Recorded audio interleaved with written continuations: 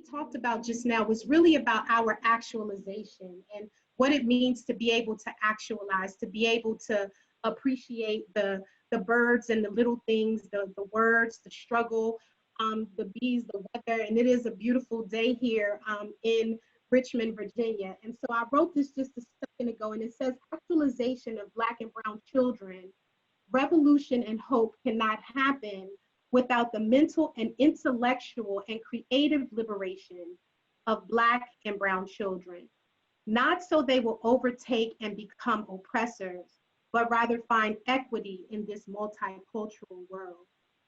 And so today, my topic is on educational genocide. And I actually wrote what the ancestors told me to write. So I'll be looking at my screen, and then I'm going to come back when I get ready to give the history lesson. And I know I have about 20 minutes. So I'm going to try to rush through so that I can get everything that they told me to tell you guys in. So forgive me for a second while I read, and then I'm going to come back to the screen when I finish the instructions that I was given. Is that okay with everybody? Yes. That's perfect. I love y'all. I'm so used to being in person and feeling your energy. So let me go. So they told me to say that as we are in this transformative and historic moment in the movement for Black lives, and it's when we talk about Black life, we're talking about Black lives, Black and brown lives, the lives of our marginalized people, but specifically Black life in America. And the reason why I want to center my conversation with you all on Black life in America is because Black life in America is one of the central points of systemic oppression. And so as we are in this transformative and historic moment in the movement for Black lives, where calls to end systemic racism are at the forefront of our national conversations. After speaking to my sister, and then too, after talking to Tafari and Latika, yes? Lakita, yesterday, I felt it fitting to use my time to speak to Black life and Black lives in America. And I wanted to start the discussion with conceptualizing and then deconstructing the American understanding of the term Black. And I want y'all to feel me for a second, and it's gonna hurt for a minute, but then we're gonna get to the healing at the end. Again, I wanted to start by conceptualizing and deconstructing the American understanding of the term Black, because you cannot talk about Black life, Black Lives Matter until you really understand and conceptualize the term Black, because it predates or precurses what human life looks like when we start to categorize. And in this movement moment, we can't truly contextualize Black life without understanding how America perceives Black and how that impacts what it means to be Black for Black people.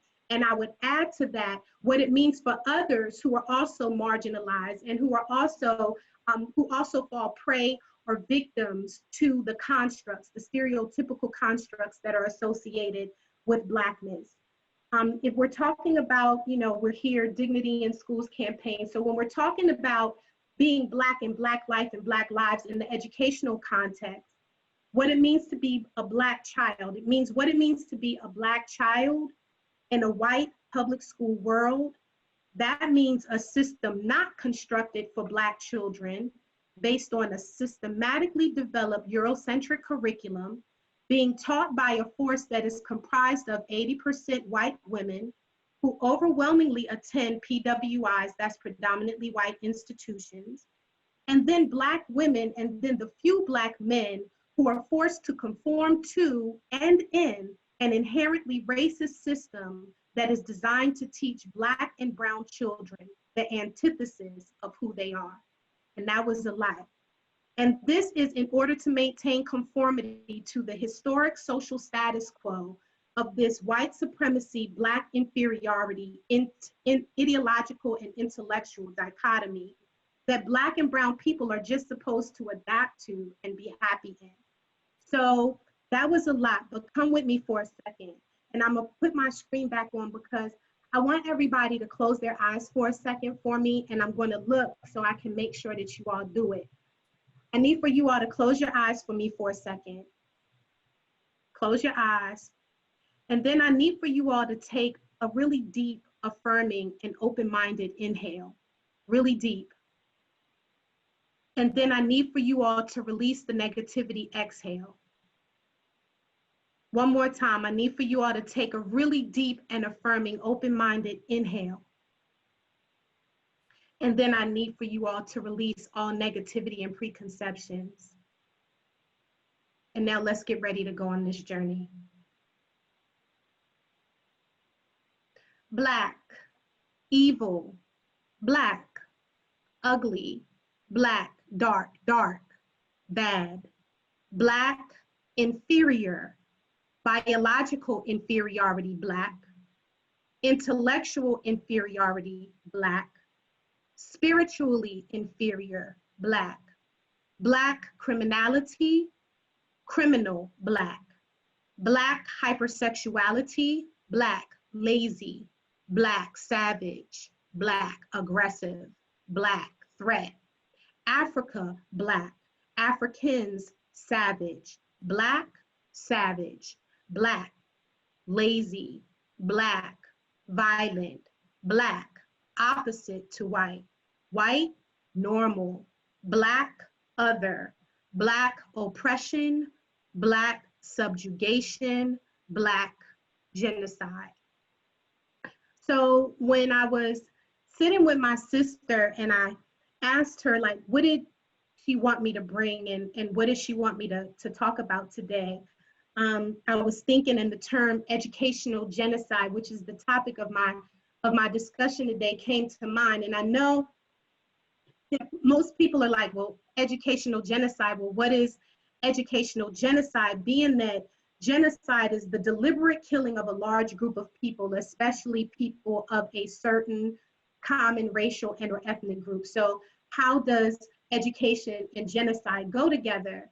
But through my journey with Sister Lorraine and another one of our comrades, Sister Candace, in negotiating the trials and the tribulations that go on for Black and Brown children in our public school system, I really recognize that the systematic and systemic disenfranchisement of children from their intellectual and their academic growth is absolutely a form of genocide, especially when we look at education as the absolute precursor to socioeconomic stability in America. And then more importantly, when you're talking about school push out, specifically in the form of the school to prison pipeline, which becomes kind of like this term that we use lightly, but we don't really understand, or we really don't give context to what that means. But when we look at the school to prison pipeline in particular, and the intellectual disenfranchisement of Black and Brown babies as a means of stifling their social, political, and economic progress, and then indirectly promoting eugenics. And people are like, well, how does that promote eugenics? Well, the school to prison pipeline and mass incarceration absolutely promotes eugenics because it is a form of segregating the populations, and so especially during childbearing years. And so when you look at that, it provides context to the term educational genocide. So in the few minutes that I have left, I wanted to provide a socio-historic context as to how both the institution and the lack of consciousness of those people who are charged with educating our children promotes, either directly or indirectly, consciously or subconsciously, the educational, hence the intellectual genocide of Black children through stunting their human actualization. And this is going to be my call to consciousness, because I believe that when the ancestors give me an assignment, I'm just a messenger and I'm supposed to relay the message. And I think in this critical period, it's really important to relaying the message as we talk about revolution, or what is transformation. Transformation is about promoting revolution, and transformation both are about promoting a change, a systemic change, a systemic transformation. And so I wanted to give this socio-historic kind of foundation as my call to consciousness, and I'm going to call it the 360 degrees. And if you all could, If you could take yourselves off mute real quick and tell me if you all are ready. Ready, ready. I'm ready. Ready. Ready? Ready. Be up for it. Ready. Ready. All right. I love it. I love y'all. Thank you. So listen, the first thing that I want to start with is the reality that the Black or the African experience does not begin with the institution of enslavement. And I have to put that down because I think that's very important, because to begin viewing Blackness as this entity, as this construct that emerges out of enslavement, disregards an entire history of where Black people, African people, people of African descent come from. And so in that, it dismantles or it deconstructs the history of Africa and the vast contributions that Africa and Black people have had to world civilization. So let's talk about it. Who knows about Akhenaten? Who knows about Imhotep? Who knows about Mansa Musa? Who knows about Osiris and Hatshepsut and Isis and Candace de Merowe? Who knows about Socrates' studies in Kemet and why he was charged with neglecting or corrupting the minds of the youth? And that's significant because if we're going to provide this transformative and revolutionary moment, this revolutionary agenda at this point, this critical point in history, we have to understand and we have to pay homage to where Black people emerge from. So 1619, we start the introduction of Africans to America, specifically right here in Virginia, where I am. And the first thing when we're talking about educational genocide that we have to understand is the invocation of slave codes. And I'm sure you all know what slave codes are, but I'm going to talk about slave codes. Slave codes are those laws that are implemented in order to keep the enslaved subjugated and conforming to the brutal institution of enslavement.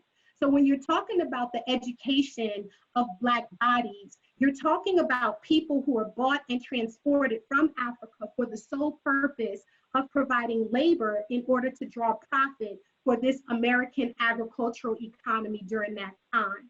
And in order to ensure that the enslaved population remained under control, one of the principal slave codes that was punishable by death to not only the enslaved, but also any white person were the anti-literacy laws that forbade anybody from teaching an African body how to read and or write. Somebody is coming with me right now because that's significant. One of the principal things was to make sure that the enslaved population did not learn how to read and write for the purpose of controlling their knowledge and their understanding. Now, I want to break a stereotype because a lot of people, even Black people, believe that the ancestors, the Africans who were brought here didn't know how to read and write, and it was the institution of enslavement that civilized them. But African people knew how to read and write before they came to the shores of America. The difference is they did not know how to read and write in English, and that was one of the benefits to making sure that they controlled the African population and had them to conform to the institution of enslavement. And I know that that sounds intellectual, but I'm going to try something for a second. Not knowing how to read and write in English is not the same as not knowing how to read or write, but it places the individual at a disadvantage because en cualquier momento, si yo cambio mi lengua, ustedes no pueden entender lo que yo estoy diciendo, solamente si ustedes hablan en español. And I know my grammar was not good, but I had to make that shift because if you don't know Spanish, when I change my language, I render you completely blank. And so you become dependent on me or somebody else, somebody's coming. You become dependent on me or somebody else to interpret what it is that I'm saying. Interpret what is knowledge, interpret what is spiritual, interpret what is cultural. So that was one of the principal slave codes in 1619. This anti-literacy law transitioned into Jim Crow. And a large part of Jim Crow was segregation and exclusion. Was it segregation so that Black people could have schools and build schools in their neighborhood? No. It was segregation to keep Black people out of mainstream educational systems. Why? So that they would not be able to read and write and learn what was necessary in order for them to successfully integrate into a society that was hostile towards their being outside of their labor. Somebody's coming with me. If we're not labor, you're talking about Black bodies being labor. If we weren't labor, then there was no need for us. So we were trained in the means of labor and providing labor for capitalist development, both in the agricultural economy and in the industrial economy, but not providing the education and the training to help Black people actualize. Back to the slave codes too. The second one of the principal slave codes, and it was one of the first, was that the African people could not speak their native language or practice their native cultures. And so it took African people to go into the woods and practice their native cultures in order to keep those cultures alive. And for many, those cultures died within generations. One generation, you're whipped and beaten and murdered for practicing, speaking your own language, or learning how to read and write. You train your children to not seek their culture. And by the third generation, the culture is dismantled. Civil rights, epic period. Oh, sorry to interrupt you. I just want to ask if you, just for a moment, if you could like slow down just a little, just for the interpreters. I am so sorry. Thank you so much. Lo siento. I wish I could speak Spanish better. Okay, yes. Thank you. So the civil rights era, which was an epic period of this resistance, counter-resistance. The civil rights era was marked by Black people's systemic attempts and fighting for inclusion, equality, equity, justice, and in the case of the more transformational and revolutionary moments, liberation. The significance of Brown v. Board and the Higher Education Act when you're talking about education. So the civil rights era was necessary because of segregation and exclusion. And what did Black people do in response? They formed their own schools, they formed their own self-sufficient communities. They promoted the economic development within the community, formed their own schools, their higher education universities and colleges, which are the HBCUs. And in those spaces, because the goal was about promoting equity, justice, and equality, they made sure, and I'm sorry if I'm going too fast, but they made sure that Black people were learning what Black people needed to learn in order to actualize and to be able to contribute to the advancement of their communities. One of the responses of the state, and I know that a lot of people think that the Brown v. Board and the Higher Education Act were these great symbolic understandings that Black people needed to be included. But the Brown versus Board of Education decision and the Higher Act decision also served either the direct or indirect role of dismantling Black revolutionary moment and Black actualization. And so what happens is that then Black students are forced into white schools where the curriculum is designed to protect and preserve and develop and nourish the actualization of white children. And so when Black children are integrated into those public school systems, they become integrated into a system that is counter to their own actualization and that is fundamental to their own psychological demise. What we're met with at that time is white resistance, violent white resistance, and also liberal white resistance. The push out of Black educators in white desegregated schools removes the examples for our children of what Black intellectual being looks like, and it removes the connection that Black children have to their educators, which is why contemporarily it is so very, very important for white teachers to understand and be culturally actualized as they nourish our children. The concept of threat and hate and otherness, and then I'm going to get ready to wrap up because I know it's time. The concept of threat hate, and otherness becomes symbolic to what we experience and what we're experiencing. And I know what each of you soldiers are fighting right now. That school push out, the suspensions, the expulsions, the lack of resources for our students, specifically our special needs students, the lack of energy and the lack of support for Black children who are talented and gifted because of the perceptions of what it means to be Black in America and the concept of the Black and white binary that places Black children as the other as opposed to an extension of the teacher. And I want to explain why that's significant. When we view our children as being the other, the way that we interact with them is going to be based on an objective rather than a subjective understanding and connection with them. I'm gonna go back and say it again.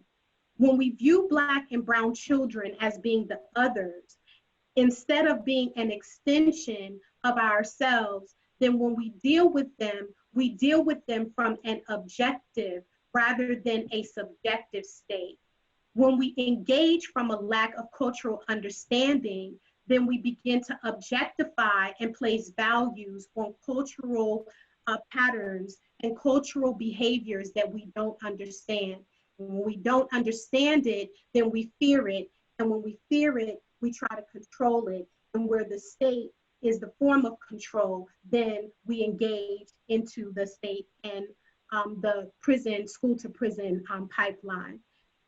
So in conclusion, when the ancestors gave me the concept of educational genocide in order to transform, educational genocide in order to promote a transformational change, we have to understand not only the way that the system and pattern of oppression and racism are embedded into our institutions, from our curriculum to the way that we hire, to the way that we nourish and support our staff, but also in the way that that teacher-student relationship absolutely impacts the very delicate psyche of our babies from pre-K through 12. And I think I'll stop there. I have more to say, but I think I'll stop there and open for questions. You are amazing, Zoe. Who has questions for Zoe? Yeah, I believe TMJ, if you're on the line, we have it set up where she's going to be looking in the chat. So you can type your questions in the chat and then we can read them out for you. TMJ, are you there?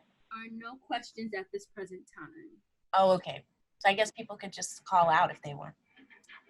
Well, I was reading in the chat though. I think it was maybe either some confusion or just differing opinions regarding integration or desegregation.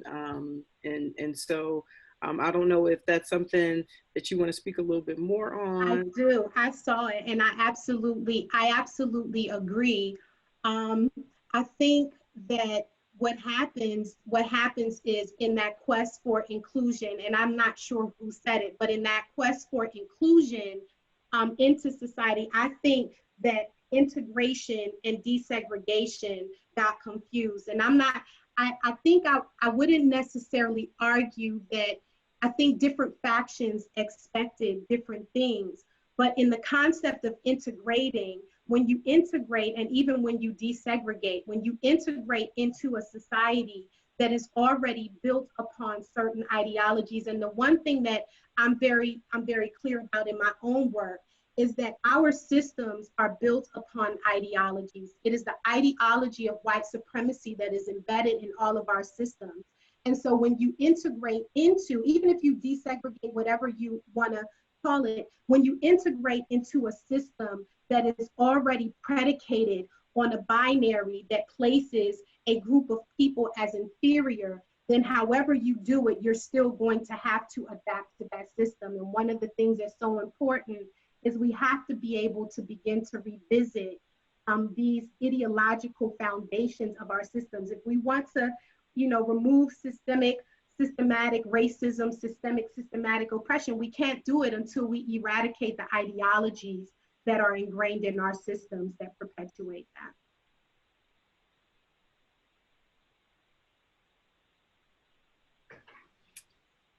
Thanks for that. So, and it's crazy, and I just wanted to interject real quick. It's crazy that you said that because as I was speaking last week, and I just made this parallel in terms of our fight for justice, right? So it has to be, you know, again, this resistance here outwardly of these systems, but also there has to be this introspective sort of resistance that really seeks to decolonize our own minds, right? And really have some awareness about how we show up, how we contribute, how we, take on the oppressive sort of mentality and characteristics. So thank you for pointing that out. Do you have any examples of when they were doing the whole busing and integration where they actually bus white kids into urban schools? Actually, because it always seems like they were pushing Black kids over to be, into the white schools or whatever. I don't know. I was gonna say actually I do, but it wasn't. It was the Black kids being quote unquote bused into white schools. But I believe there was a situation, I don't know, Sister Lorraine or somebody else may have a greater understanding. I don't know if there was a situation in Norfolk, Virginia, where that was, or whether it was the Black students being bused into the white schools that caused it was a big race riot, and it actually closed down the schools for the remainder of the semester. I think with redistricting and rezoning, you see some more of that, but in the earlier eras, the earlier periods, it was more the Black students being bused into the white schools because we were dealing with separate but unequal at that time, and white families were not going to allow their students to go into Black schools and Black neighborhoods. So we do have a question in the chat, and the question is, what are alternatives in education? Should we create Black schools, and/or are there alternative curriculums ready to be implemented? I think that, and this is just me, I think that the way that the school system, the public school system is set up now, with the standard curriculum across the board, which is absolutely necessary to promote conformity to the status quo, it would take a very radical or transformational curricular review. And I believe that ultimately should be the goal, because everybody has to have consciousness, right? Consciousness is not a favor. And I'm saying this, to everybody. Consciousness isn't a favor. We all need to understand the value and the benefit of everybody else's culture. That is how we culturally actualize. And I think one of the things that happens today, especially in this movement, in this time, is that, learning other people's culture becomes a favor for people who have the privilege of whiteness, right? And so I think, one, that ultimately there needs to be a whole curricular revision, but in the meantime, from what I have personally experienced, both in my work with Sister Lorraine and Sister Candace, and more importantly, from what I've studied, I think that it is time that Black children be removed from the public school setting until the public school is able to deal with Black children's psyche in a way that is not detrimental to their being and to their humanity and their actualization. Thank you. So we have another question. I'm sorry, I'm just trying to. Actually, I wanted to uplift, there was a person with their hand raised. It was BOE. I don't know who that person is, and it's an iPad, but they had their hand raised. I don't know what question it was that they wanted to ask specifically. I think they asked, but if you didn't, please go ahead. No, that was me. I put in the chat that was Kim Irby. I'm sorry. Oh, no worries. Okay, sorry about that. Thank you. So the question is, do you think Black educators should move more in our low-income disadvantaged areas or other areas to be a voice for the few Black students there? My experience is that I'm not going to say Black educators and or white educators, because consciousness is not predicated on race. And there are some Black educators who don't have consciousness, and they perpetuate the exact same stereotypes and institutional racism upon our students as others.